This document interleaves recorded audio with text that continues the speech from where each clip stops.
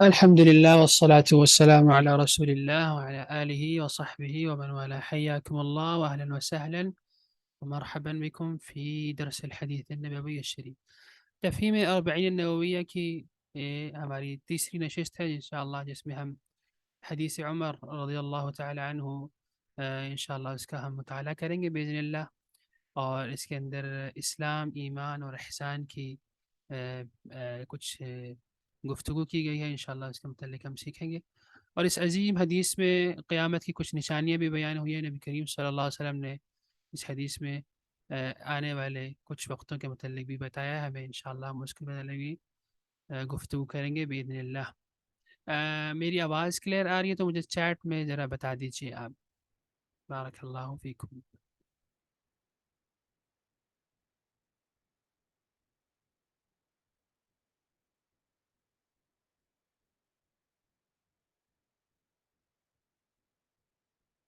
جی آپ چیٹ میں مجھے بتا سکتے ہیں کہ اگر میری آواز کلیئر ہے تو.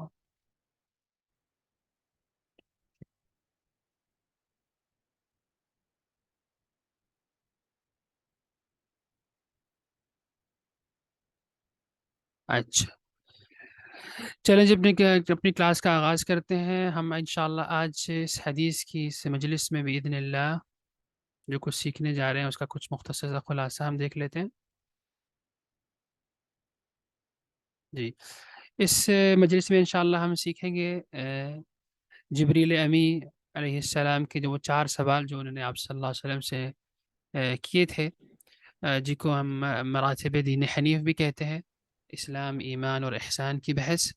اور اس کے ساتھ ساتھ اس حدیث میں قیامت کی بڑی بڑی نشانیوں کا بھی ذکر ہے، اور اس کے علاوہ کچھ اور بھی ایسے فوائد اور آداب اس حدیث میں بیان ہوئے ہیں جو عام طور پر ہماری نظروں سے محو ہو جاتے ہیں، لیکن انشاءاللہ اس حدیث کی برکت سے وہ بھی ہم پڑھیں گے انشاءاللہ اور اس کو سیکھیں گے. سب سے پہلے ہم حدیث کو مطالعہ کرتے ہیں. حدیث کا متن اور ترجمہ. نبی کریم صلی اللہ علیہ وسلم سے مروی حضرت عمر رضی اللہ تعالیٰ عنہ ارشاد فرماتے ہیں کہ بينما نحن عند رسول الله صلى الله عليه وسلم ذات يوم إذ طلع علينا رجل شديد بياض الثياب شديد سواد الشعر لا يرى عليه أثر السفر ولا يعرفه منا أحد، حتى جلس إلى النبي صلى الله عليه وسلم فأسند ركبتيه إلى ركبتيه ووضع كفيه على فخذيه وقال يا محمد أخبرني عن الإسلام. فقال رسول الله صلى الله عليه وسلم الإسلام أن تشهد أن لا إله إلا الله وأن محمد رسول الله وتقيم الصلاة وتؤتي الزكاة وتصوم رمضان وتحج البيت إن استطعت إليه سبيلا. قال صدقت، فعجبنا له يسأله ويصدقه. قال فأخبرني عن الإيمان. قال أن تؤمن بالله وملائكته وكتبه ورسله واليوم الآخر. قال فأخبرني عن الإحسان. قال أن تعبد الله كأنك تراه فإن لم تكن تراه فإنه يراك. قال فأخبرني عن الساعة.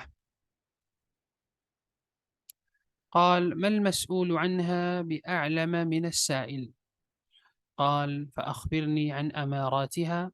قال عليه الصلاة والسلام أن تلد الأمة ربتها وأن ترى الحفاة العراة رعاء الشاء يتطاولون في البنيان. قال الراوي ثم انطلق فلبثت مليا ثم قال يا عمر أتدري من السائل؟ قلت الله ورسوله أعلم. قال فإنه جبريل أتاكم يعلمكم دينكم. رواہ مسلم. جناب عمر رضی اللہ تعالیٰ عنہ سے روایت ہے کہ ایک دن وہ فرماتے ہیں کہ ہم ایک دن نبی کریم صلی اللہ علیہ وسلم کے پاس بیٹھے ہوئے تھے کہ اس دوران اچانک ایک نہایت سفید کپڑوں اور نہایت ہی سیاہ بالوں والا شخص ہمارے سامنے آیا، ہماری مجلس میں آیا. اس شخص کا حلیہ ایسا تھا کہ اس کے اوپر سفر کا کوئی نشان دکھائی نہیں دے رہا تھا، اور ہم میں سے اسے کوئی جانتا بھی نہیں تھا. یعنی عام طور پر جو لوگ سفر کرتے ہیں ان پر یقیناً سفر کی تھکن کے آثار ہوتے ہیں، ان کے کپڑوں پر کچھ نہ کچھ میل لگی ہوتی ہے، مٹی وغیرہ کا آثار وغیرہ وغیرہ، لیکن اس شخص پر ایسا کوئی نشان نہیں تھا. بالکل صاف ستھرا وہ شخص تھا، اور ہم میں سے کوئی جانتا بھی نہیں تھا، ہمارے لیے وہ اجنبی تھا. اور یہاں تک کہ وہ نبی کریم صلی اللہ کے پاس یوں آ کر بیٹھا کہ اپنے گھٹنے آپ صلی اللہ علیہ وسلم کے گھٹنوں کے ساتھ اس نے لگا لیے، اور اپنی ہتھیلیاں آپ صلی اللہ علیہ وسلم کی رانوں پر رکھ لی، یا ایک روایت میں کہ اس نے اپنی رانوں پر رکھ لی، اور عرض کیا یا محمد صلی اللہ علیہ وسلم مجھے اسلام کے بارے میں بتائیے۔ جب آپ صلی اللہ علیہ وسلم سے یہ پہلا سوال کیا گیا کہ اسلام کیا ہے، تو آپ صلی اللہ علیہ وسلم نے فرمایا اسلام یہ ہے کہ تم گواہی دو کہ اللہ کے سوا کوئی معبود حقیقی نہیں، اور یہ کہ محمد صلی اللہ علیہ وسلم اللہ کے رسول ہیں، اور تم نماز قائم کرو، زکوٰۃ ادا کرو، رمضان کے روزے رکھو، اور بیت اللہ کا حج کرو۔ اس نے کہا، اس شخص نے کہا آپ نے سچ فرمایا۔ جناب عمر رضی اللہ عنہ کہتے ہیں ہمیں تعجب ہوا، یہ شخص آپ سے سوال بھی کر رہا ہے اور پھر آپ کی تصدیق بھی کر رہا ہے۔ یعنی عام طور پر جو شخص سوال کرتا ہے وہ آگے سے یہ نہیں کہتا کہ آپ نے ٹھیک کہا، یعنی اس سے یہ مراد وہ یہ لینا وہ یہ سمجھے کہ یقیناً اس شخص کو پہلے سے معلوم ہے، تبھی وہ آپ کی بات کی تصدیق کر رہا ہے۔ اس شخص نے دوبارہ سوال کیا، ایک اور سوال، کہ مجھے ایمان کے بارے میں بتائیے کہ ایمان کیا چیز ہے، ایمان کیسے کہتے ہیں؟ تو آپ صلی اللہ علیہ وسلم نے اس کے جواب میں ارشاد فرمایا کہ تم اللہ اور اس کے فرشتوں، اس کی کتابوں اور اس کے رسولوں، آخرت کے دن اور تقدیر کے خیر اور شر پر دلی یقین لے کر آؤ، یعنی دلی ایمان لے کر آؤ، اس چیز کا نام ایمان ہے۔ پھر اس شخص نے دوبارہ وہی فرمایا کہ آپ نے سچ کہا، یعنی آپ صلی اللہ علیہ وسلم نے سچ کہا۔ پھر اس شخص نے عرض کی کہ مجھے احسان کے بارے میں کچھ بتائیے، یعنی اس نے تیسرا سوال کیا نبی کریم صلی اللہ علیہ وسلم سے کہ احسان کیا چیز ہے؟ تو آپ صلی اللہ علیہ وسلم نے فرمایا کہ احسان یہ ہے کہ تم اللہ کی عبادت اس طرح کرو گویا کہ تم اسے دیکھ رہے ہو، یعنی اللہ رب العزت کو دیکھ رہے ہو، اور اگر تمہارے لیے یہ احساس کرنا مشکل ہے کہ تم اللہ کو دیکھ رہے ہو، یعنی یہ چیز تمہارے اندر نہیں آ رہی یہ احساس، تو اس بات کو کم از کم اپنے ذہن میں رکھو کہ اللہ تمہیں دیکھ رہا ہے، یعنی انسان کے اندر یہ احساس ضرور ہونا چاہیے۔ پھر شخص نے عرض کی کہ مجھے قیامت کے بارے میں کچھ بتائیے، یعنی وہ 3 سوال کرنے کے بعد اس نے چوتھا سوال کیا کہ مجھے قیامت کے بارے میں کچھ بتائیے، یوم آخرت کے متعلق ہے۔ تو اب صلی اللہ علیہ وسلم نے فرمایا کہ قیامت کے بارے میں جس شخص سے سوال کیا جا رہا ہے وہ شخص سائل سے، یعنی سوال کرنے والے سے زیادہ نہیں جانتا، یعنی مجھے اس بات کا علم نہیں ہے کہ قیامت کب آئے گی، اس بات کا علم اللہ رب العزت کو ہی ہے، اور اس نے مجھے نہیں آگاہ کیا۔ اس شخص نے کہا کہ مجھے پھر اس قیامت کی نشانیاں بتا دیجیے، کہ یعنی قیامت کے آنے سے پہلے کیا ایسا کچھ رونما ہوگا جس سے یہ پتہ چل سکے کہ قیامت قریب ہے یا قیامت آنے والی ہے۔ تو آپ صلی اللہ علیہ وسلم فرمایا کہ ہاں یہ بتایا جا سکتا ہے، اور اس میں سے کچھ نشانیاں آپ صلی اللہ علیہ وسلم نے ارشاد فرمائی کہ پہلی وہ یہ آپ صلی اللہ علیہ وسلم نے فرمایا کہ پہلی یہ ہے کہ لونڈی اپنی مالکہ کو جنم دے گی، یعنی کنیز اپنی مالکہ کو جنم دے گی، اور تم دیکھو گے کہ ننگے پاؤں برہنہ بدن کنگال، یعنی جن کے پاس کوئی مال و دولت نہ ہو، بکریوں کے ریوڑ چرانے والے چرواہے اونچی لمبی عمارتیں کھڑی کریں گے۔ پھر وہ سائل چلا گیا، یعنی یہ سوالات ہوئے، 4 سوالات 4 جوابات، اس کے بعد وہ شخص اٹھ کر چلا گیا۔ تو میں تھوڑی دیر کے لیے ٹھہرا، یعنی حضرت عمر فرماتے کہ میں تھوڑی دیر کے لیے ٹھہرا، یا وقت تھوڑا گزرا، بعض روایات میں آتا ہے کہ 3 دن گزر گئے تھے۔ اس کے بعد آپ صلی اللہ علیہ وسلم نے حضرت عمر سے ارشاد فرمایا کہ اے عمر، کہ تم جانتے ہو کہ وہ سائل کون تھا، یعنی وہ شخص جو آیا تھا سوال کرنے ہمارے پاس اس دن ہماری مجلس میں، وہ کون تھا؟ تو میں نے عرض کی، یعنی حضرت عمر فرماتے ہیں کہ میں نے کہا اللہ اور اس کا رسول ہی بہتر جانتے ہیں، ہم تو نہیں جانتے۔ تو آپ صلی اللہ علیہ وسلم فرمایا کہ وہ جبریل علیہ السلام تھے، تمہارے پاس اس لیے آئے تاکہ تمہیں تمہارا دین سکھلا دے۔ اور یہ روایت جناب امام مسلم رحمہ اللہ نے اپنی کتاب الصحیح میں کی۔ یہ وہ عظیم حدیث ہے جس کی ہمارے دین میں بہت زیادہ اہمیت ہے، اور اس اہمیت کے پیش نظر امام نووی رحمہ اللہ نے بھی اس کو اپنی کتاب میں جگہ دی ہے، اور اس کو حدیث نمبر 2 کے تحت لے کر آئے ہیں۔ یہ حدیث اتنی عظیم ہے کہ اس پر ہمارے دین کے بہت ساری امور کی بنیاد کھڑی ہوئی ہے، یعنی ایمان، احسان اور اسلام، یہ بہت 3 انتہائی اہم چیزیں ہیں، انتہائی اہم ٹرمز ہیں جس کے متعلق اس حدیث میں بیان ہوا ہے، وہ انشاءاللہ ہم تفصیل سے آج پڑھیں گے باذن اللہ۔ اس سے پہلے کہ میں آگے بڑھوں اس حدیث کے حوالے سے میں ایک بات آپ سے کہتا چلوں کہ یہ حدیث عام طور پر ہمارے ہاں اس سے کسی اور عنوان سے بھی مشہور ہے، یعنی جس کا ذکر ہم تھوڑی دیر پہلے کرتے بھی آئے ہیں۔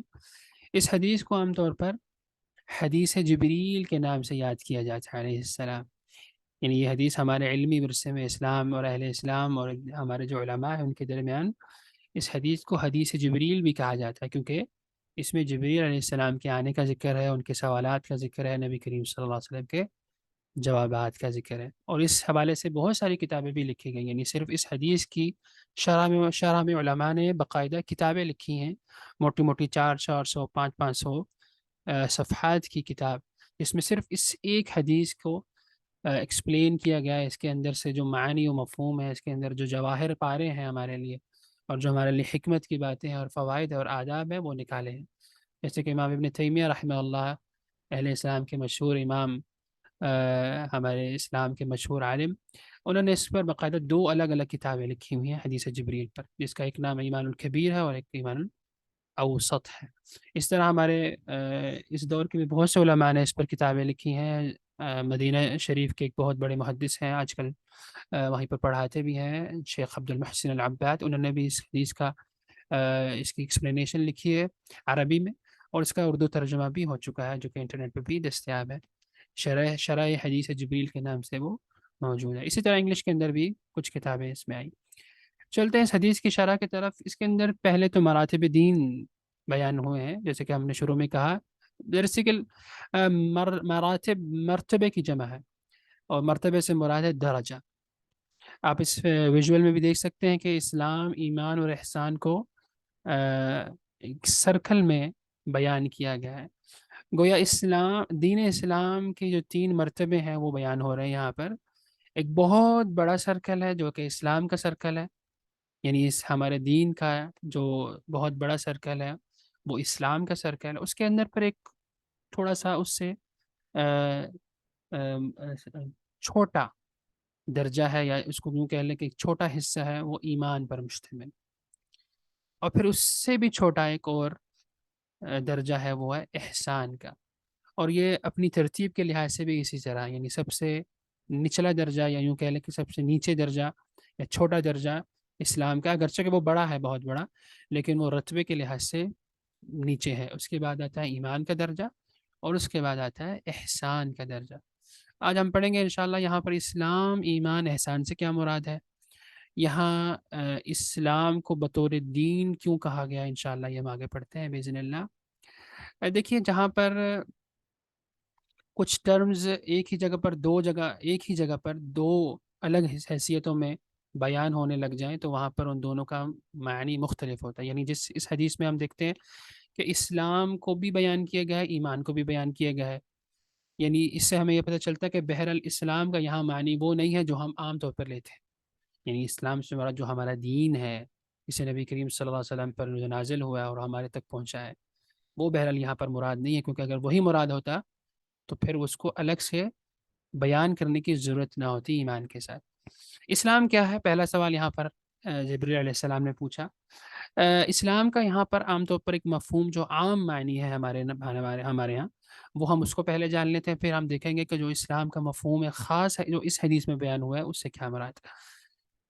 اسلام کو جو ایک عام فہم مفہوم ہے ہمارے ہاں ہمارے ذہنوں میں، وہ یہ ہے کہ جو وہ اللہ رب العزت کا نازل کردہ دین، اللہ رب العزت کی نازل کردہ وہ شریعت جسے نبی کریم صلی اللہ علیہ وسلم پر اتارا گیا اور ہمیں آپ صلی اللہ علیہ وسلم نے پہنچایا اور صحابہ کرام نے اس کو پھیلایا، یہ اسلام کا ایک عام معنی ہے۔ یعنی جب آپ صلی اللہ علیہ وسلم اپنی دعوت کا بھی آغاز کیا تھا تو وہ بیسیکلی اسلام کا ہی آغاز کیا تھا نا، جیسے کہ قرآن و سنت میں ہمیں ملتا ہے، اور تمام انبیاء کا دین بلا شبہ اسلام ہی تھا، جیسے کہ خود قرآن کریم میں ارشاد ہوا ہے۔ ہر نبی یہ دعوت لے کر آیا تھا کہ لا الہ الا اللہ، یعنی اپنے رب کو، اپنے معبود کو ہی تم صرف عبادت کے لیے خالص کرو اور اس کے ساتھ کسی کو شریک نہ کرو، یہی ہر نبی کی دعوت تھی۔ یہ اسلام کا ایک عام معنی ہے جو ہم جب اسلام کا لفظ لیتے ہیں تو اس سے یہ مراد ہوتا ہے۔ یہاں پر اسلام کا ایک خاص معنی بھی بیان ہوا ہے، کیونکہ وہ ایمان کے ساتھ بیان ہوا، یعنی جب بھی اسلام کا لفظ اسلام کے ساتھ کسی جگہ پر بیان ہوتا ہے، یعنی دونوں ایک ساتھ بیان ہوتے ہیں، تو اس سے لازماً اسلام کا ایک خاص معنی مفہوم مراد ہوتا ہے، عام مفہوم مراد نہیں ہوتا۔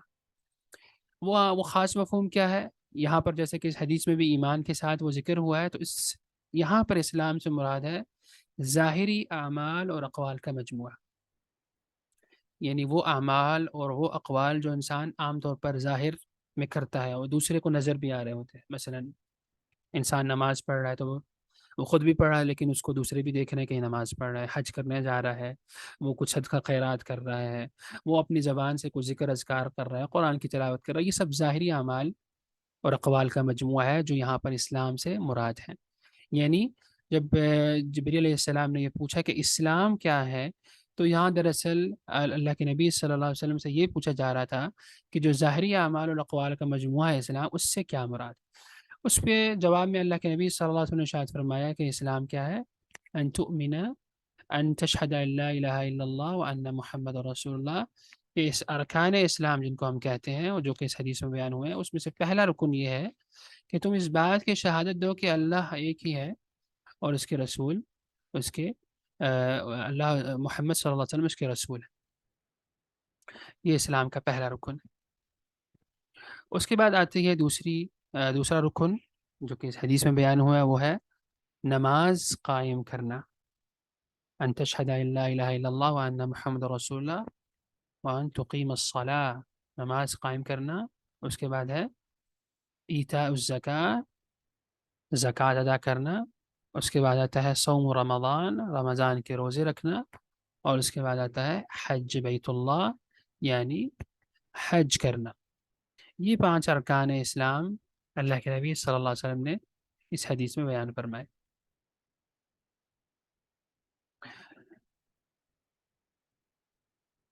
اس کے بعد چلتے ہیں ہم اگلے سوال کی طرف، لیکن اس سے پہلے میں یہاں بتاتا چلوں کہ اللہ کے نبی صلی اللہ علیہ وسلم نے لا الہ الا اللہ کہنے کی بہت زیادہ فضیلت بیان کی ہے۔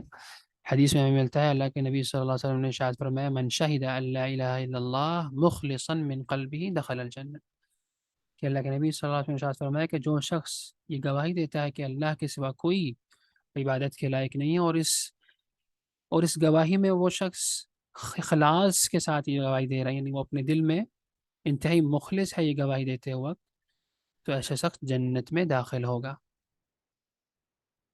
یہ اتنی بڑی اس کے لیے نعمت ہے، اور یہ شہادت دینا لا الہ الا اللہ محمد رسول اللہ۔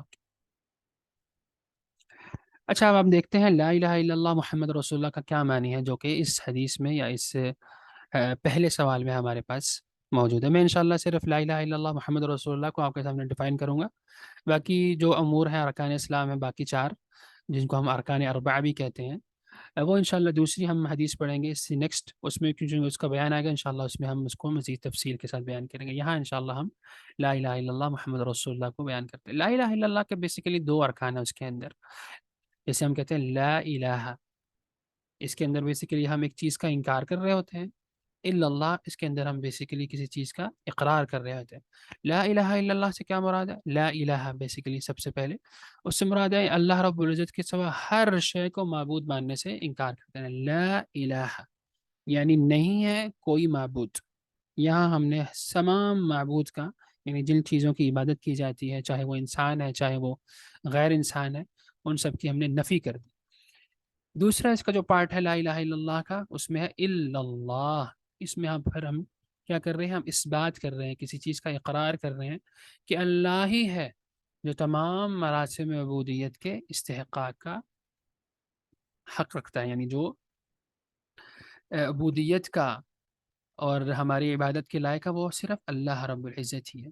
یعنی یہ 2 چیزیں ہیں جس کا ہم اقرار کرتے ہیں لا الہ الا اللہ میں، ایک ہم ہر اللہ رب العزت کے سوا ہر شے کو معبود ماننے سے انکار کرتے ہیں، اور دوسری چیز ہم اللہ رب العزت کے لیے ہی عبادت کو خالص کرنے کا اقرار کرتے ہیں کہ صرف اللہ ہی ہے جو عبادت کے لائق ہے، کیونکہ بہت سارے ہمارے اس جہاں میں ایسے بہت سارے لوگ ہیں جنہوں نے اللہ کے سوا لوگوں کو یا ان چیزوں کو اپنا معبود بنا لیا، جن کو ہم معبودان باطلہ کہتے ہیں، یعنی جھوٹے خدا، جھوٹے معبود، اور ایک اللہ ہی ہے جو سچا معبود ہے، جس نے ہمیں پیدا کیا، جس نے ہمیں اسی لیے پیدا کیا ہے کہ ہم اس کی عبادت کریں۔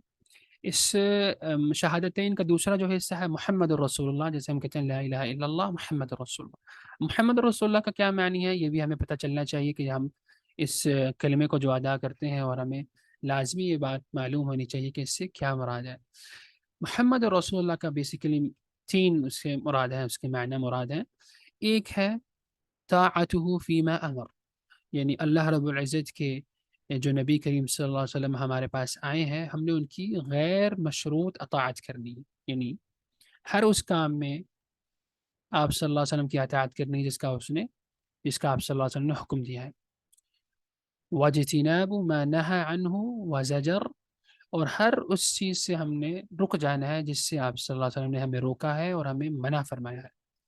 یہ پہلی بنیادی بات ہے محمد الرسول اللہ کا اقرار میں، کہ ہم نے اللہ رب العزت کے رسول کی غیر مشروط اطاعت کرنی، یعنی ایسا نہیں ہے کہ جو چیز ہمیں پسند ہوگی اس میں ہم آپ صلی اللہ علیہ وسلم کی اطاعت کریں گے، جو چیز ہمیں اچھی نہیں لگیں گی اس میں ہم نہیں مانیں گے، نو، اس کو اطاعت نہیں کہتے۔ اطاعت کہتے ہیں کہ ہر اس بات کو ماننا جس کا حکم دیا گیا ہو، ہر اس بات سے رک جانا جس سے روک دیا گیا ہو، یہ اطاعت ہے، اور یہ محمد رسول اللہ کے سب سے پہلی بنیادی بات ہے۔ دوسری چیز ہے تصدیقہ فیما اخبر، یعنی محمد رسول اللہ کا دوسری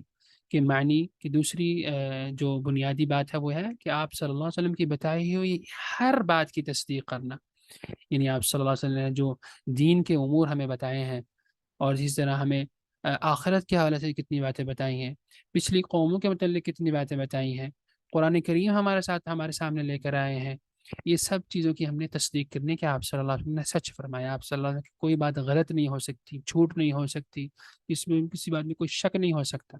آپ صلی اللہ علیہ وسلم کی جو بات ہم تک صحیح طریقے سے پہنچی ہے وہ بلا شبہ سچی ہے، اور ہم نے اس پر ایمان لے کر آنا ہے۔ یہ ہے دوسری بات۔ تیسری بات محمد رسول اللہ کا کیا معنی ہے، عبادت الہی صرف آپ کے بتائے ہوئے طریقے پر کرنی ہے، یعنی جس کو ہم عربک میں کہتے ہیں وہ اللہ یعبد اللہ الا بما شرع، یعنی آپ صلی اللہ علیہ وسلم کے بتائے ہوئے طریقے عبادت پر ہی ہم نے چلنا ہے، اس کے علاوہ ہم نے کسی بھی طریقے کو اختیار نہیں کرنا عبادت کے اندر۔ یہ ہے محمد رسول اللہ کے معنی، لا الہ الا اللہ محمد رسول اللہ۔ اور لا الہ الا اللہ پر آپ دیکھیں ہمارے پاس سامنے اقبال کے بہت خوبصورت اشعار ہیں، یہ دور اپنے ابراہیم کی تلاش میں ہے، صنم کدا ہے جہاں لا الہ الا اللہ، یہ نغمہ فصل گلو لالا کا نہیں پابند، بہار ہو کے خزاں لا الہ الا اللہ، یعنی ایک مسلمان کے لیے چاہے وہ کس قسم کے حالات میں ہوں، وہ اس بات کا مامور ہے، اس بات کا مکلف ہے کہ وہ لا الہ الا اللہ کا کلمہ بلند کرے، اللہ رب العزت کی عبادت کا جو ہم نے ایک عہد کیا ہوا ہے اس کو نبھائے، اور اسی بات کو پھیلائے۔ یہ نغمہ فصل گلو لالہ کا نہیں پابند، بہار ہو کے خزاں لا الہ الا اللہ، کہ ہم نے اس کلمے کو، اس عظیم کلمے کے اندر جو دعوت ہے اس کو پھیلانا ہے، چاہے جیسے ہی حالات کیوں نہ ہو۔ ہمارے سامنے ابراہیم علیہ السلام کی بہت روشن مثال ہے، نبی کریم صلی اللہ علیہ وسلم کی اتنی بڑی ہمارے سامنے اسوہ ان کا موجود ہے، صحابہ تابعین کا اتنا بڑا ہمارے سامنے اسوہ موجود ہے، کیسے صحابہ نے اس دین کی خاطر، اس لا الہ الا اللہ کی خاطر کتنی ہی مشکلات سے دو چار ان کو ہونا پڑا، انہوں نے پتھر کھائے، انہوں نے تلواروں کے نیزے کے زخم کھائے، لیکن لا الہ الا اللہ کو نہیں چھوڑا، اس بات کی وہ، اس حق کی وہ دعوت دیتے رہے اور اس پر وہ ڈٹے رہے۔ تو یہ ہمارے لیے بھی یہ پیغام ہے، لا الہ الا اللہ پر ہم نے ڈٹ جانا ہے اور اس پر مزید کام کرنا ہے۔ آگے چلتے ہیں، ہمارے سامنے ارکان اسلام کا ایک خلاصہ، شہادتین لا الہ الا اللہ محمد رسول اللہ، اور یہ وہ کلمہ ہے جس کے ساتھ ہر مسلمان کا عمر بھر کا رشتہ ہے۔ اس کے لیے ہمیں بہت ضروری ہے کہ ہمیں یہ پتہ ہو کہ ہم جو لا الہ الا اللہ محمد رسول اللہ کا اتنا بڑا جو ہم کلمہ پڑھتے ہیں اس کا کیا معنی ہے۔ اس کی ایک چھوٹی سی ایکسپلینیشن آپ کے سامنے یہاں پر گزر چکی ہے۔ لا الہ الا اللہ یہ ایک ایسا ہے کلمہ ہے جس کے ساتھ آپ کا ہمیشہ سے رشتہ بندھا رہنا چاہیے عمر بھر، جب سے آپ انسان شعور کی آنکھیں کھولتا ہے اس وقت سے لے کر جب تک وہ اپنی آنکھیں بند کر لیتا ہے اس وقت تک لا الہ الا اللہ محمد رسول اللہ کے سائے میں اس کو زندگی گزارنی چاہیے، اسی کے مطابق اس کا اٹھنا بیٹھنا ہونا چاہیے، اسی کے مطابق اس کی پسند ناپسند ہونی چاہیے، اسی کے مطابق اس کے تمام امور زندگی ہونے چاہیے۔ تو یہ کلمہ ہے جو ہمارے ساتھ مرتے دم تک رہتا ہے، اور جو شخص اس کلمے کی لاج رکھتا ہے اللہ رب العزت پھر اس کی لاج رکھتا ہے۔ تو اس بات کا بہت زیادہ اہتمام کرنا ہے کہ ہم نے لا الہ الا اللہ محمد رسول اللہ کی دعوت لے کر آگے اٹھنا ہے اور پوری دنیا پر چھا جانا ہے۔ آگے ہمارے سامنے ارکان اسلام کا دوسرا رکن ہے نماز، جو کہ دن میں اور رات میں 4 مرتبہ ہم پر، عفواً 5 مرتبہ فرض ہے، فجر، ظہر، عصر، مغرب اور عشاء۔ انشاءاللہ اس پر آگے بات کریں گے۔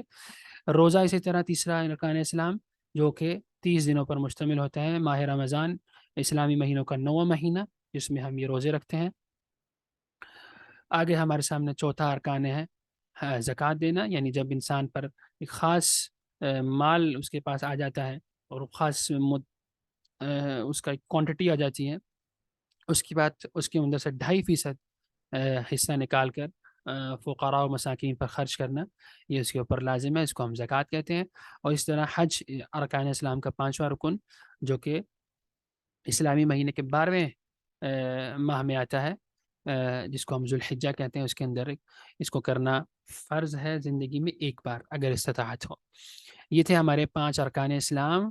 اور اس طرف میں اشارہ کر دوں، شہادتین جو ہم لا الہ الا اللہ کہتے ہیں، دراصل اس کے اندر اعمال میں اللہ رب العزت کے لیے اخلاص اور اتباع رسول کا پیغام ہمارے لیے پنہاں ہے، اس کے اندر موجود ہے۔ لا الہ الا اللہ کے اندر اخلاص موجود ہے، محمد رسول اللہ کے اندر اتباع موجود ہے، یہ آپ ذہن میں رکھیے۔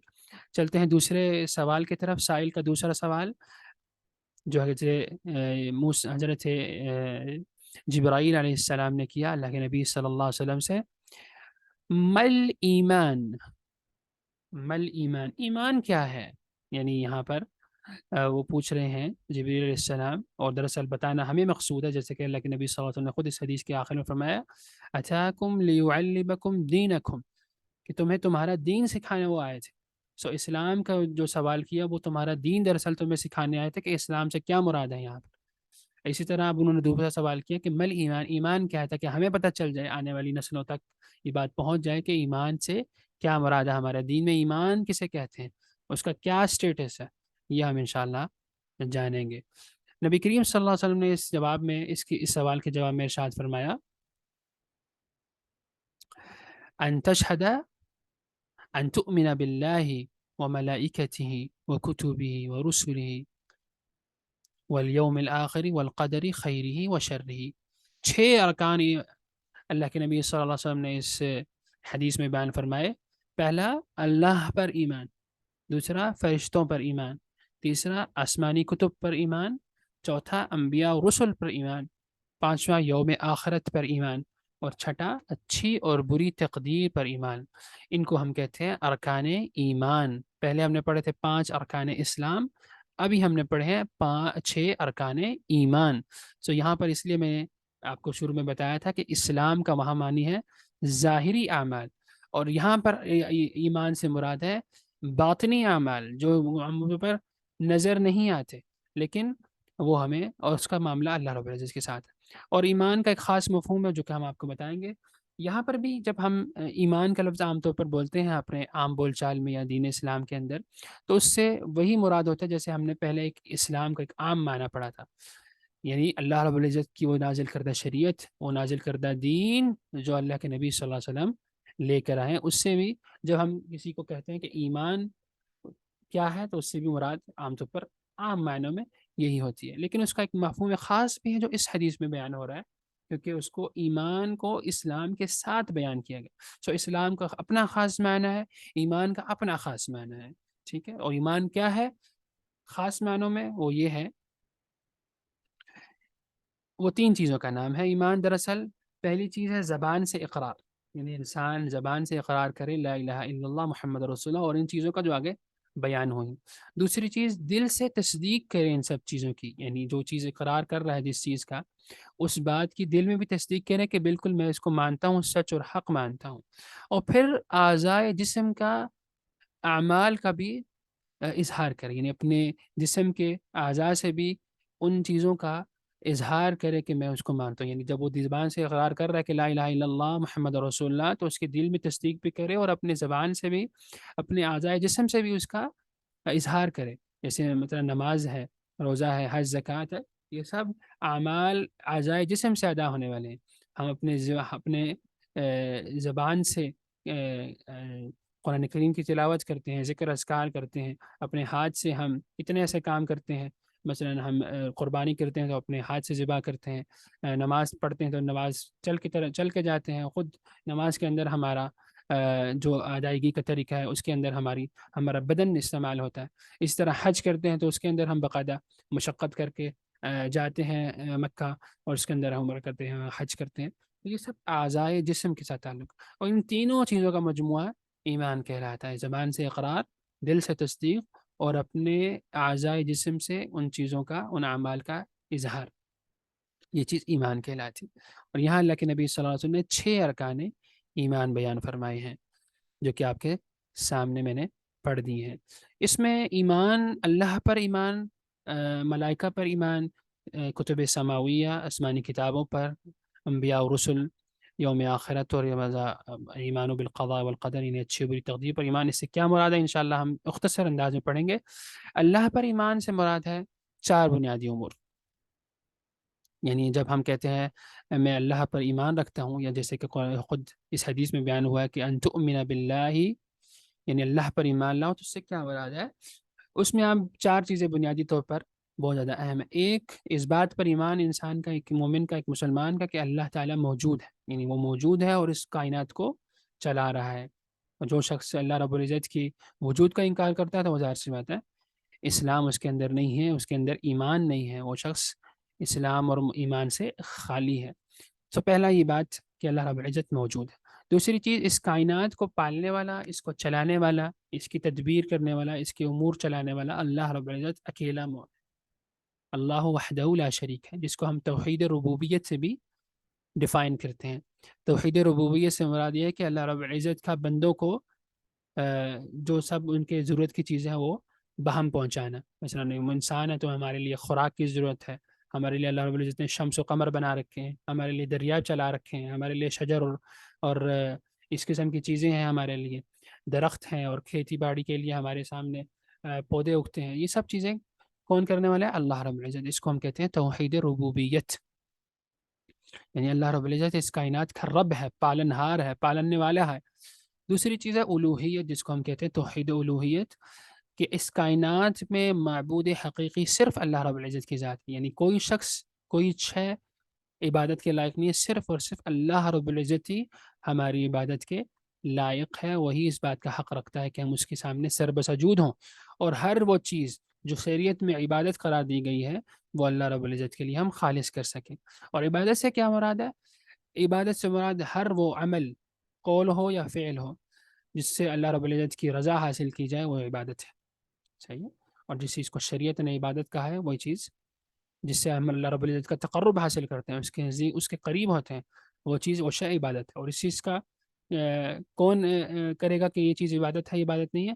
یا اللہ رب العزت کی اپنی ذات کرے گی، یا پھر اللہ کے نبی صلی اللہ علیہ وسلم ہمیں اپنے عمل سے بتائیں گے کہ یہ چیز عبادت ہے. تو ہمیں اللہ رب العزت کے ہاں بھی انہی چیزوں کو کر کے قریب ہونا ہے جس کو اللہ رب العزت نے خود یا اللہ کے نبی صلی اللہ علیہ وسلم نے عبادت قرار دی.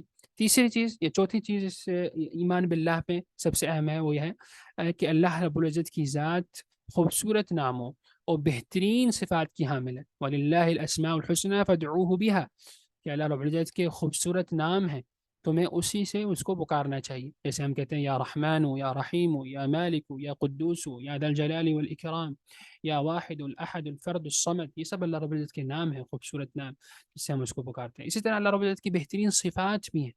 یعنی اللہ رب العزت جیسے پالنہار ہے، یہ اللہ رب العزت کی صفت ہے کہ وہ اس کائنات کو پالنے والا ہے.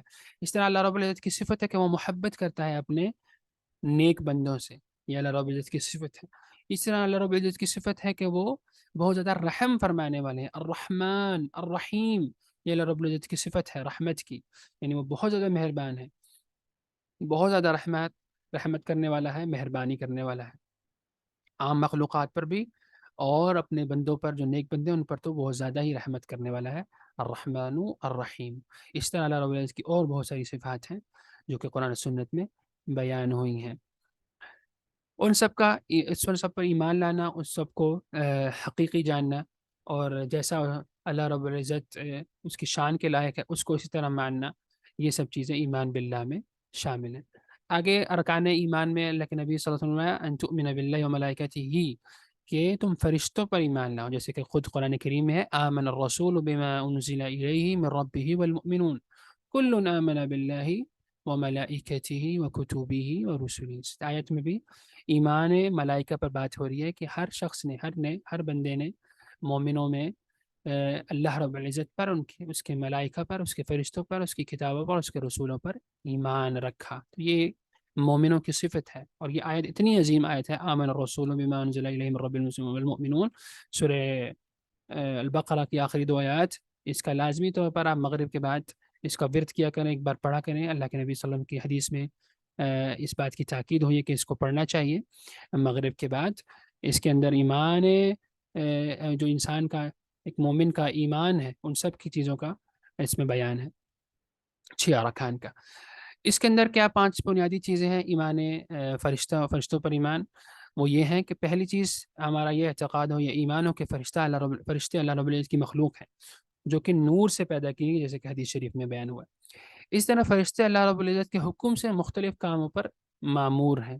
یعنی کوئی فرشتہ جو ہے انسانوں کے رزق کے امور پر معمور ہے، کچھ فرشتے جو ہیں وہ بارش کے امور پر معمور ہیں، کچھ فرشتے جو ہیں وہ ہمارے اچھے اور برے کام لکھنے کے کام پر معمور ہیں، کچھ فرشتے جو ہیں وہ روحیں کھینچنے کے کام میں معمور ہیں. تو اس طرح اللہ رب العزت نے ان کے ذمہ مختلف کام لگا رکھے ہیں جو اس پوری کائنات میں وہ سر انجام دیں. کچھ فرشتے ایسے ہیں جو صرف اللہ رب العزت کی عبادت و حمد و ثنا کے لیے ہی ہیں، کچھ فرشتے ایسے ہیں جو اللہ رب العزت کے لیے نماز پڑھنے والے، سجدہ ریز ہونے والے ہیں.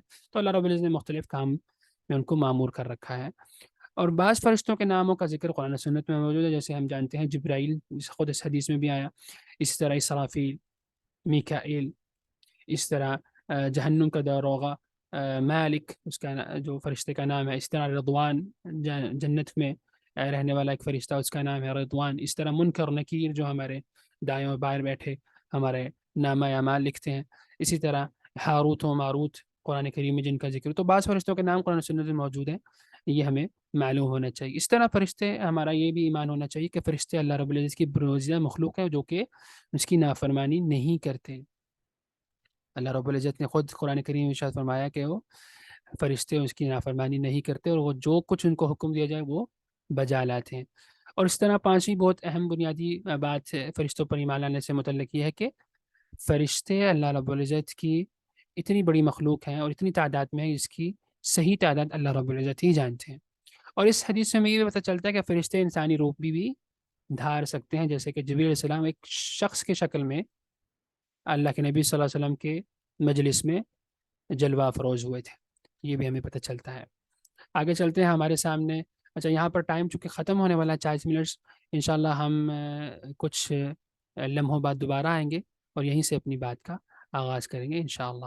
سبحانک اللہم و بحمدک اشہد ان لا الہ الا انت استغفرک و اتوب الیک. انشاءاللہ ہم 2 منٹ میں واپس آ رہے ہیں باذن اللہ.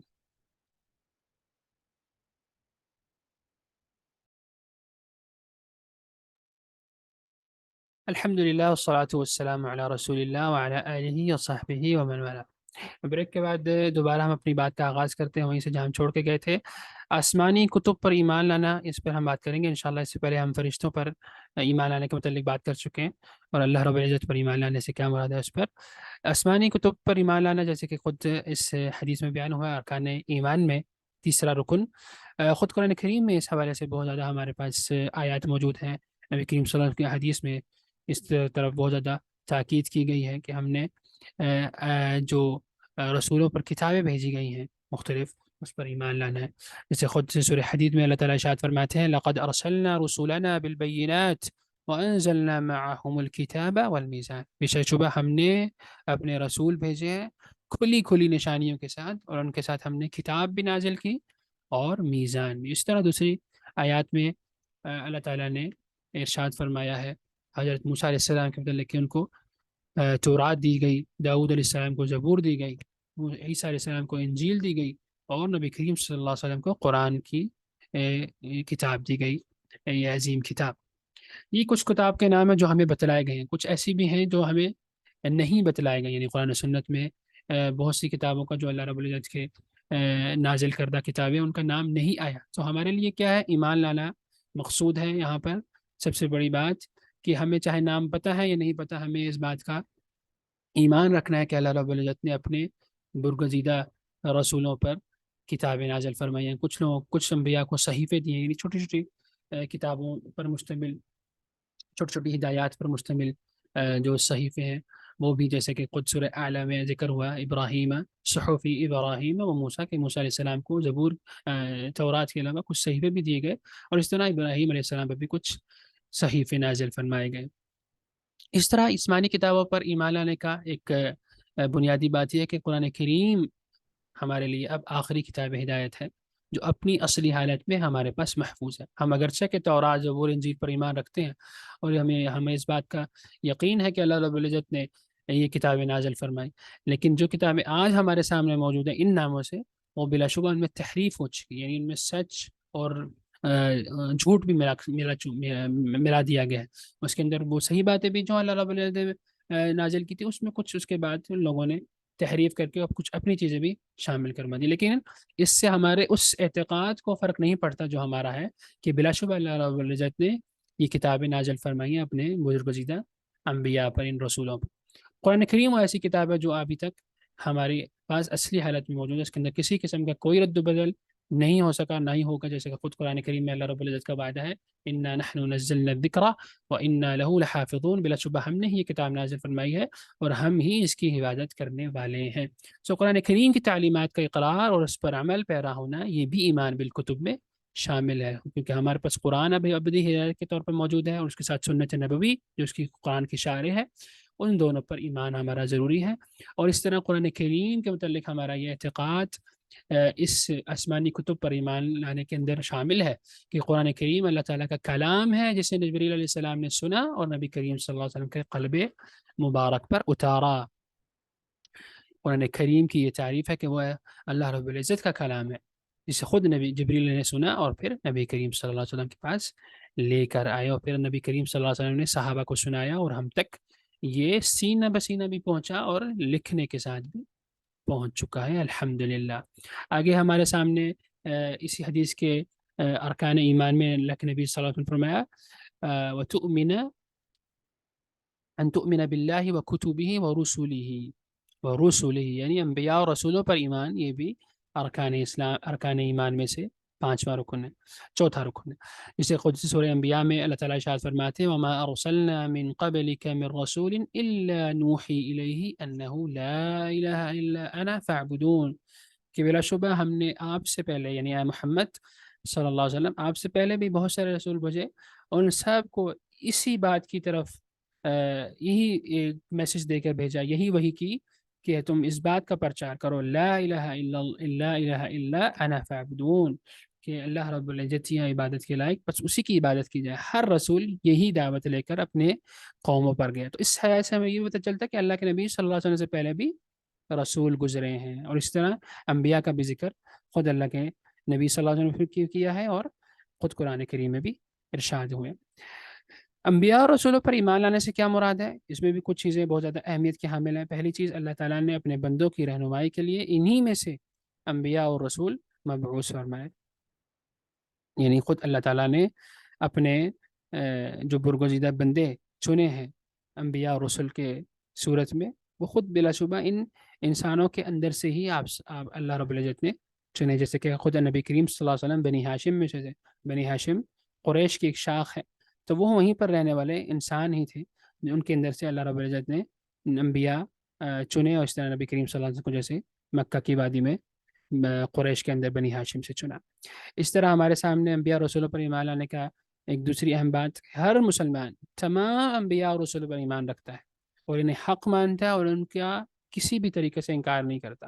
یعنی جس طرح ہم نبی کریم صلی اللہ علیہ وسلم پر ایمان رکھتے ہیں، اسی طرح ہم یہ بھی ایمان رکھتے ہیں کہ اللہ رب العزت نے آدم علیہ السلام سے لے کر عیسیٰ علیہ السلام تک جتنے انبیاء اور رسول بھیجے ان سب پر ہمارا ایمان ہے، اور وہ سب ایک ہی دعوت لے کر آئے ہیں، لا الہ الا اللہ، کہ اللہ کے سوا کوئی عبادت کے لائق نہیں، یہی وہ بات لے کر آئے، شرک سے بچانے کے لیے آئے، توحید کا پرچارک کرنے کے لیے تمام انبیاء اپنی قوم میں مبعوث ہوئے، اور ہم ان سب پر ایمان رکھتے ہیں، ان میں سے کسی کو کسی کی اہمیت نہیں گھٹاتے، نہ ہی کسی کو ہم کسی سے کمتر جانتے ہیں، سب اللہ رب العزت کے انبیاء اور فرشتے، اللہ انبیاء اور رسل انتہائی برگزیدہ شخصیت کے حامل تھے۔ اسی طرح تیسری بات کہ نبی کریم کی طرح تمام انبیاء توحید کی دعوت پھیلانے اور شرک سے خبردار کرنے آئے تھے، جیسے کہ خود اس آیت میں بھی بیان ہوا ہے سورہ انبیاء میں۔ اس طرح قرآن و سنت میں بھی چند انبیاء اور رسول کا نام آیا، تقریباً قرآن کریم میں 25 انبیاء کا ذکر ہوا ہے نام لے کر، اور اس طرح خود قرآن میں ارشاد فرمایا وَرُسُلًا قَدْ قَصَصْنَاهُمْ عَلَيْكَ وَرُسُلًا لَمْ نَقْصُصْهُمْ عَلَيْكَ، کہ بہت سارے ایسے رسول ہیں جن کا ذکر ہم نے آپ سے کر دیا ہے اے نبی، اور اس طرح بہت سارے ایسے رسول ہیں جن کا ذکر ہم نے آپ سے نہیں کیا، یعنی قرآن کریم کے اندر بھی بہت سے ایسے انبیاء کا ذکر نہیں ہوا جن کو اللہ رب العزت نے مبعوث فرمایا تھا۔ ہمارا ان سب پر بھی ایمان ہے، اور کچھ جن انبیاء اور رسول کا نام لے کر آیا ہے، جن کا نام آیا ان پر تو بہرحال ہمارا ایمان بالکل ہے، اور جن کا نام نہیں بھی آیا ان پر بھی ہمارا ایمان ہے، کیونکہ اس کی جو تعداد ہے وہ اللہ رب العزت ہی بہتر جانتے ہیں۔ انبیاء اور رسول پر ایمان میں سب سے اہم کڑی ہے کہ نبی کریم صلی اللہ علیہ وسلم اللہ کے آخری رسول ہیں، جن کے بعد نبوت کا دروازہ بند ہو گیا ہے، جیسے خود قرآن کریم میں بھی ارشاد ہوا ہے، اور حدیث کے اندر بھی اس بات کی موافقت آئی ہے، جیسے کہ میں نے آپ کو پہلی لیکچر میں یہ بات کہی تھی کہ حدیث قرآن کریم کے جو مضامین ہیں اس کی موافقت میں بھی آتی ہے، تو یہ چیز ہمارے ہاں حدیث میں بھی بیان ہوئی ہے کہ اللہ کے نبی صلی اللہ علیہ وسلم آخری نبی ہیں، ان کے بعد نبوت کا یہ دروازہ بند ہو گیا ہے۔ اس طرح آپ صلی اللہ علیہ وسلم کی جو لائی ہوئی شریعت ہے وہی ہمارے لیے اب باعث نجات ہے، ہمارے لیے یہ بالکل بھی جائز نہیں ہے کہ ہم اللہ کے نبی صلی اللہ علیہ وسلم کی شریعت کے علاوہ کسی اور رسول کی شریعت کی طرف چلیں یا کسی اور کی بات مانیں، ہمارے لیے صرف اللہ رب العزت کی جو نبی ہیں ان کی بات قابل حجت ہے، اور وہی ہم نے ماننی ہے، اسی کے لیے اسی کے ذریعے ہماری نجات ہے۔ آگے ہمارے سامنے آخرت پر ایمان کا جو رکن ہے، ارکان ایمان میں سے پانچواں رکن، اس کے حوالے سے بھی قرآن سنت میں بہت زیادہ اہمیت وارد ہوئی ہے۔ خود سورہ نساء میں اللہ تعالیٰ شاید فرماتے ہیں فَإِن تَنَازَعْتُمْ فِي شَيْءٍ فَرُدُّوهُ إِلَى اللَّهِ وَالرَّسُولِ إِن كُنتُمْ تُؤْمِنُونَ بِاللَّهِ وَالْيَوْمِ الْآخِرِ، کہ اگر تمہارے درمیان کسی چیز میں اختلاف ہو جائے تو اس کا حل کیا ہے؟ اللہ اور اس کے رسول کی طرف لوٹاؤ۔ میں نے آپ کو اس پہ باقاعدہ پہلے لیکچر میں بھی بات کی تھی۔ ان کنتم تؤمنون باللہ والیوم الآخر، یہاں پر یوم آخرت پر ایمان لانے کا بیان ہو رہا ہے کہ اگر تم مومن ہو، اللہ رب العزت پر ایمان آنے والے ہو، آخرت کے دن پر ایمان لانے والے ہو، تو تمہارے لیے یہی بہتر ہے کہ تم اپنے باہمی اختلافات کا حل اللہ اور اس کے رسول کی طرف تلاش کرو، یعنی اللہ رب العزت کی اور اس کے رسول کی لائی ہوئی شریعت میں، اس کے اندر ہم نے اپنے مسائل کا حل نکالنا ہے۔ ہمارے درمیان کسی چیز میں اختلاف ہو جائے، چاہے وہ اصولی مسائل ہیں، کوئی فروعی مسائل ہیں، اس کا حل ہمیں ہمیشہ اللہ رب العزت کی قرآن اور نبی کریم صلی اللہ علیہ وسلم کی سنت میں سے ہی ڈھونڈنا چاہیے، یہ ہمارے لیے ابدی ہدایت ہے۔ اسی طرح یوم آخرت پر ایمان لانے سے مراد کیا ہے؟ اس سے مراد دراصل وہ غیبی یعنی چھپے ہوئے امور جو موت کے بعد ہمارے ساتھ رونما ہوں گے، وقوع پذیر ہوں گے، اس پر ایمان لانا۔ یعنی ہم سب جانتے ہیں کہ ایک تو ہماری دنیا کی زندگی ہے، اس کے بعد ہماری ایک زندگی ہمارے مر جانے کے بعد بھی شروع ہونی، اس کو ہم کہتے ہیں یوم آخرت۔ دنیا کو دنیا اس لیے کہا جاتا ہے کیونکہ یہ قریب ہے، پہلے آتی ہے، اور آخرت کو آخرت اس لیے کہا جاتا ہے کیونکہ یہ بعد میں آنے والی چیز ہے۔ اس لیے یوم آخرت پر ایمان لانے سے مراد ان تمام غیبی امور پر ایمان لانا جو ہماری مرنے کے بعد رونما ہوں گے۔ مثلا اس کے اندر برزخی زندگی ہے، قبر کی جو زندگی ہے، ہمیں دوبارہ سے اٹھایا جائے گا، جیسے خود قرآن کریم میں بہت زیادہ ہمارے اس حوالے سے بیان ہوا ہے کہ ہمیں اللہ رب العزت دوبارہ زندہ کرے گا، اعمال کا حساب و کتاب ہوگا، جنت و دوزخ کا فیصلہ ہوگا، جو ظالم ہے اس کو ظلم کا حساب ملے گا، جو مظلوم ہے اس کو اس کی داد رسائی ہوگی۔ اسی طرح یہ سب چیزیں ہوں گی، وہ آخرت کے دن پر ہوں گی۔ اور ایک مومن کا اور اسلام کا جو عقیدہ آخرت، وہ اتنا بنیادی اور امتیازی عقیدہ ہے کہ وہ شاید کسی اور دین میں، کسی اور مذہب میں اس کا کوئی تصور نہیں پہ جاتا۔ اور انسان کے لیے سب سے بڑی آخرت کی جو یوم آخرت پر ایمان ہے، وہ اتنی بڑا اس کے لیے سرمایہ ہے، اور اس کے لیے اتنی بڑی تسلی کا باعث بنتا ہے کہ وہ اس دنیا کے اندر ہونے والے جو ظلم و زیادتی ہے وہ بھی برداشت کر جاتا ہے، صرف اس وجہ سے کہ آگے انشاءاللہ آگے جو ہماری زندگی اس میں میرے اس دکھ اور درد کا مداوا ہونے والا ہے۔ اللہ رب العزت ہمارے درمیان فیصلہ کرنے والے ہیں، اور یہ بہت بڑا امتیازی عقیدہ ہے، اور یہی ہمارے لیے، ہم مسلمانوں کو بہت سارے برے اور غلط امور سے بچانے کا بھی باعث بنتا ہے یوم آخرت۔ یعنی جب ہمارا یہ آخرت پر ایمان پختہ ہوگا کہ ہم نے آگے آخرت میں جواب دہی کرنی ہے اپنے اعمال کی، ہم نے اگر کوئی اسٹیپ اٹھا رہے ہیں غلط، تو اس کی ہم نے آگے اللہ رب العزت نے جواب دہ ہونا ہے۔ اس سے ہمیں بہت سارے ایسے کام ہیں جو اس سے ہم بچ جاتے ہیں، ہم نہیں کرتے، صرف آخرت پر ایمان رکھنے کی وجہ سے۔ تو یہ بہت ہی امتیازی اور بہت ہی بنیادی ہمارا عقیدہ ہے۔ اللہ تعالیٰ ہمیں اس پر قائم رکھے اور ہمیں معاف فرمائے، ہماری خطاؤں کو معاف فرمائے، ہمیں ہمارے جو امور ہم سے سرزد ہو جاتے ہیں جانے انجانے میں، ان کو معاف فرمائے اپنی رحمت کا، عافیت کا ہم سوال کرتے ہیں اللہ رب العزت سے۔ اس طرح اس عقیدے کا بنیادی مقصد حقیقی زندگی کے لیے انسان کو تیار کرنا، جو کہ موت کے بعد شروع ہوتی ہے، اور موت ایسی چیز ہے، وہ ایسی اٹل حقیقت ہے جس کو کوئی ایتھیسٹ، کوئی دہریہ بھی جو اللہ رب العزت کا انکار کرنے والا، وہ بھی اس بات کا انکار نہیں کر سکتا کہ موت نے آنا ہے، دنیا نے، زندگی نے ختم ہو جانا ہے۔ ہم کہتے ہیں نہیں، اس دنیا نے تو ختم ہو جانا ہی ہے اس موت کے ساتھ، اس دنیا کی زندگی ہے، لیکن اس کے بعد آگے بھی دنیا چلنی ہے۔ یعنی جس طرح ہم ایک یہ زندگی مانتے ہیں قرآن و سنت کے مطابق، اس کے رسولوں پر اور اس کی رہنمائی کے مطابق، اس طرح ہمارے سامنے یہ رہنمائی بھی موجود ہے کہ ایک زندگی اس کے بعد بھی آنے والی ہے، اور وہی حقیقی زندگی ہے، اور وہی ہمارا اصل مستقبل ہے، اور اس کو ہی ہمیں سنوارنا چاہیے، اس کے لیے کام کرنا چاہیے۔ اور اس طرح اللہ رب العزت کے سامنے جو معاملہ ہوگا، ہم مسلمانوں کا، انسانوں کا، تمام بنین و انسان کا، کہ جزا و سزا کا معاملہ اللہ تعالیٰ نے یوم آخرت کے لیے اٹھا رکھا ہے، اور وہ اسی دن فیصلہ کریں گے انسانوں کے درمیان۔ آخری رکن، اس پر انشاءاللہ ہم اپنی بات ختم کریں گے کیونکہ بات لمبی ہو گئی ہے، اور حدیث بہت زیادہ اہمیت کی حامل ہے، اور بہت زیادہ اہمیت کی حامل کے ساتھ ساتھ یہ بہت زیادہ جامع بھی ہے، اس لیے اس پر ہم نے بہت زیادہ تفصیل سے گفتگو کی ہے۔ انشاءاللہ آگے ہم جو حدیث پڑھیں گے انشاءاللہ اس میں گفتگو بہت مختصر کریں گے انشاءاللہ، تاکہ کم وقت میں ہم اس کو احاطہ کر سکیں اور زیادہ فائدہ اٹھا سکیں۔ اس حدیث میں ارکان ایمان میں چھٹی چیز بیان ہوئی ہے، اچھی اور بری تقدیر پر ایمان، ان تؤمن بالقدر خیرہ و شرہ۔ خود قرآن کریم میں اس حوالے سے بہت زیادہ بیان ہوا ہے، قرآن و سنت میں ہمیں اس حوالے سے رہنمائی ملتی ہے کہ تقدیر پر ایمان لانا اہل ایمان کا، اہل اسلام کا بنیادی عقیدہ ہے۔ خود سورہ قمر میں ارشاد فرمایا اللہ رب العزت نے، انا کل شیء خلقناہ بقدر، کہ بلا شبہ ہم نے ہر چیز بڑی مقدار کے ساتھ پیدا کی ہے، بڑے بہترین اندازے کے ساتھ پیدا کی ہے۔ اور تقدیر کا لفظ بلا شبہ اندازے سے ہی نکلا، تقدیر بلا شبہ اندازہ لگانے کو کہتے ہیں۔ اور اللہ رب العزت چونکہ ہم سب کے حوال سے واقف ہیں، اس کے پاس ہر چیز کا علم ہے، اور ہر چیز کے وقوع پذیر ہونے سے پہلے اس کے پاس علم ہے، اس لیے اس کا جو اندازہ ہے وہ بلا شبہ بہترین اندازہ ہے، صحیح اندازہ ہے، اور اس کی جو تقدیر اس نے ہماری اپنے ہاں محفوظ کر رکھی ہے، وہ بالکل بلا شبہ اس کے علم پر مبنی ہے، اس لیے وہ بلا شبہ بہترین ہے۔ خود اس طرح ارشاد فرمایا اللہ رب العزت نے دوسری آیت میں، انشاءاللہ ہم اس کو پڑھیں گے، تقدیر کے تمام امور، ہمارا یہ ایمان ہے کہ تقدیر کے تمام امور اللہ رب العزت کے علم، اس کے ارادے اور اس کے اذن سے وقوع پذیر، کیونکہ اللہ رب العزت اس کائنات کا مالک ہے، خالق ہے، بادشاہ ہے، تو کیسے ہو سکتا ہے کہ کوئی چیز اس کے اذن سے، اس کی مشیت کے، اس کے ارادے سے بغیر واقع پذیر ہو جائے؟ یعنی ایک پتے کا بھی یہ اسٹیٹس نہیں ہے کہ وہ اپنی مرضی سے جو ہے وہ اپنے شجر سے گر جائے۔ اس بات کا علم بھی اللہ رب العزت کو ہے، اور اس کے ارادے سے ہی ایک چیز وقوع پذیر ہوتی ہے۔ انسان سانس لیتا ہے تو اس کے ارادے سے سانس لیتا ہے، انسان مرتا ہے تو اس کے ارادے سے مرتا ہے۔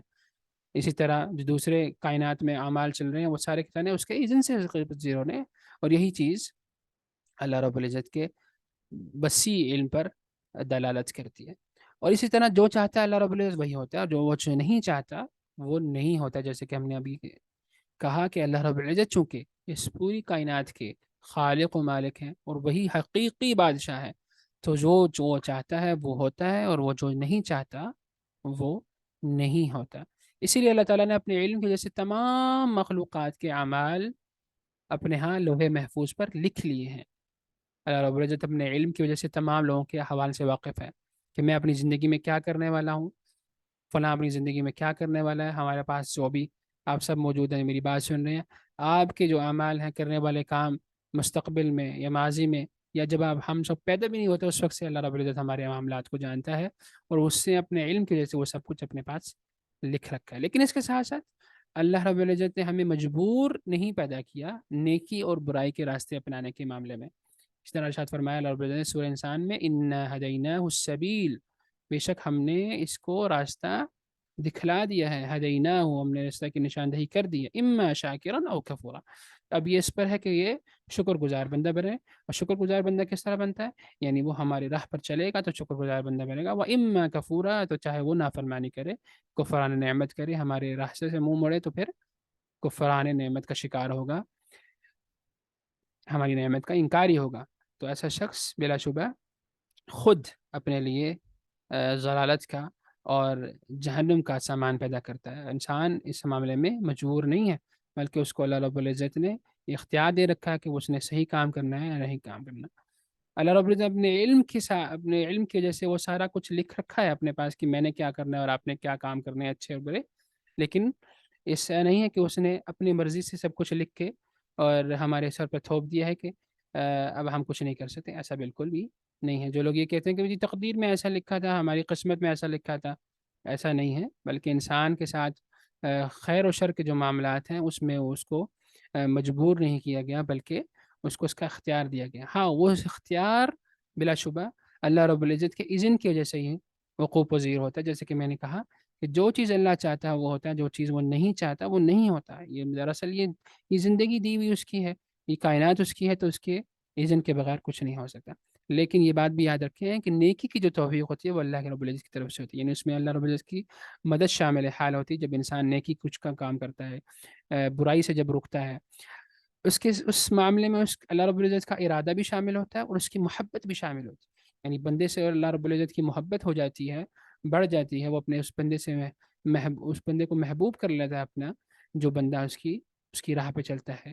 اس کو اس لیے وہ نیکی کی مزید توفیق دیتا ہے، اس کے لیے کام آسان فرما دیتا ہے. اور جو شخص برائی کرتا ہے اس کے ساتھ اللہ رب العزت کی کوئی رضا اور محبت شامل نہیں ہوتی، اگرچہ کہ اس کے اذن سے ہی وہ کام ہوتا ہے. یعنی بہرحال کوئی بھی چیز ہو وہ اس کے ارادے اور اس کی چاہت کے بغیر نہیں ہو سکتی. لیکن کسی شخص کی برائی ضروری نہیں ہے کہ اس کے اندر اللہ رب العزت کی رضا و محبت شامل ہو، کیونکہ اللہ رب العزت برائی کو، بری چیز کو، کفر کو ناپسند فرماتے ہیں. اللہ رب العزت اچھائی کو پسند فرماتے ہیں، اور وہی انسان سے بھی مطلوب ہے کہ وہ اچھا کر کے اپنے رب کے مزید قریب ہو جائے. یہ تو تھا اچھی تقدیر بری تقدیر کا بیان. آگے انشاءاللہ ہمارے سامنے یہ ارکان ایمان بھی مکمل ہوتے ہیں. تیسرا سوال جو حضرت جبریل علیہ السلام نے اس عظیم ترین حدیث میں کیا وہ تھا مل احسان. بلکہ معذرت خواہ ہوں، چوتھا سوال. تین سوال تو یہ ہو گئی، مل اسلام، مل ایمان، مل احسان. سائل کا چوتھا سوال تھا مل احسان، احسان کیا ہے؟ ہمارے دین میں احسان کسے کہتے ہیں؟ دراصل احسان کا جو ورڈ ہے اس سے مراد یہ ہے کہ کسی بھی چیز کو بہت زیادہ اچھے طریقے سے ادا کرنا. یعنی کسی بھی عبادت کو خاص طور پر بہت بہتر طریقے سے ادا کرنا احسان کہلاتا ہے. جس کو عربک میں اس کے لیے ایک اور ورڈ ہے اتقان. احسان کا ایک دوسرا مترادف ہے اتقان، یعنی کسی چیز کو انتہائی بہتر طریقے سے ادا کرنا، اس کو ہم کہتے ہیں احسان. اور یہاں پر مراد ہے عبادت کے جو ہمارے پاس طریقے ہیں اس کو بہترین طریقے سے ادا کرنا احسان کہلاتا ہے. اور یہ دین کے اندر انتہائی اعلیٰ درجہ ہے. جیسے میں نے آپ کو شروع میں ویژول دکھائی تھی، اسلام کا نام کا ایک بہت بڑا دائرہ، اس کے اندر پھر ایک محدود دائرہ ایمان کا، اس کے اندر پھر ایک محدود دائرہ احسان کا. یعنی بہت سارے ایسے لوگ ہیں جو اسلام لے آتے ہیں، یعنی ظاہری طور پر قبول کر لیتے ہیں دین اسلام کے جو احکامات ہیں، لا الہ الا اللہ محمد رسول اللہ پڑھ لیا اور اسلام میں داخل ہو گئے. اس کے بعد دوسرا لوگوں کا درجہ آتا ہے جو اس پر عمل بھی بہت اچھے طریقے سے کرنے والے ہوتے ہیں، یعنی باطنی طور پر بھی اس کو بہت اچھے سے اپنانے والے ہوتے ہیں، وہ ایمان والے ہوتے ہیں. ایک مسلم ہے، پھر مؤمن ہے. اس کے بعد پھر تیسرا درجہ آتا ہے جو انتہائی اعلیٰ درجہ ہے، وہ ہے احسان کا درجہ، جن کو ہم کہتے ہیں محسنین.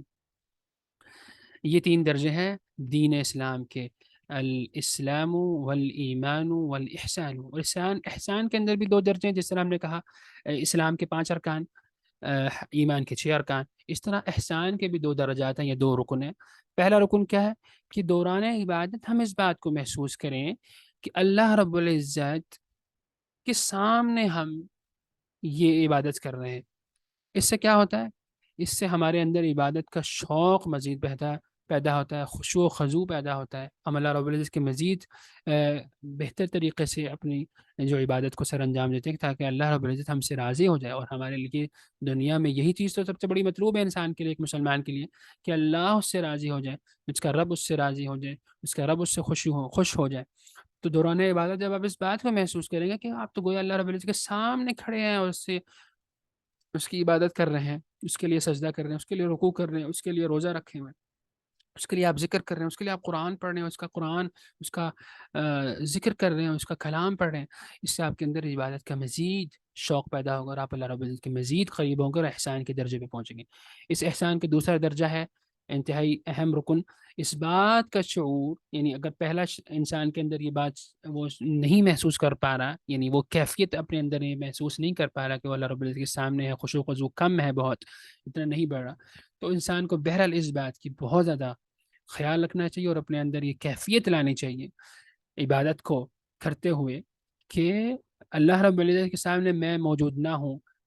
چلو ایک بات سمجھ میں آنے والی ہے، لیکن بہرحال اللہ تو مجھے دیکھ رہا ہے نا. اللہ رب العزت تو ہمیں دیکھ رہے ہیں ہر حالت میں، چاہے ہم کسی اندھیری جگہ پہ بیٹھے ہوں، چاہے ہم کسی روشنی والی جگہ پہ بیٹھے ہوں، چاہے ہم کسی کونے خدرے میں بیٹھے ہوں، چاہے ہم کہیں پر بھی ہوں، اللہ رب العزت ہمیں دیکھ رہے ہیں. وَهُوَ يَرَاكُمْ، وہ تمہیں دیکھ رہا ہے. اور اسی طرح اللہ رب العزت تو ایک کالی رات میں کالے پہاڑ پر چلنے والی کالی چونٹنی کی رینگنے کو بھی دیکھ لیتا ہے، تو ہم تو پھر انسان ہیں. تو اس بات کو ہمیں اپنے اندر یہ کیفیت لانی چاہیے احسان کے درجے کو پانے کے لیے کہ اللہ رب العزت کا شوق اور عبادت ہم نے اپنے اندر پیدا کرنا ہے. اس بات کو، اس کیفیت کو لا کے کہ ہم گویا اللہ رب العزت کے سامنے عبادت کر رہے ہیں. اور دوسرا، اگر یہ چیز آپ کے اندر نہیں پیدا ہو رہی تو اس بات کا انسان کے اندر یہ احساس جاگزی ہو کہ کم از کم اللہ رب العزت تو ہمیں دیکھ رہے ہیں، ہمیں اس کے لیے اپنے اعمال میں، اپنی عبادت میں اخلاص پیدا کرنا چاہیے. اور یہی شعور آپ کے اندر اخلاص لے کر آتا ہے کہ اللہ رب العزت دیکھ رہا ہے.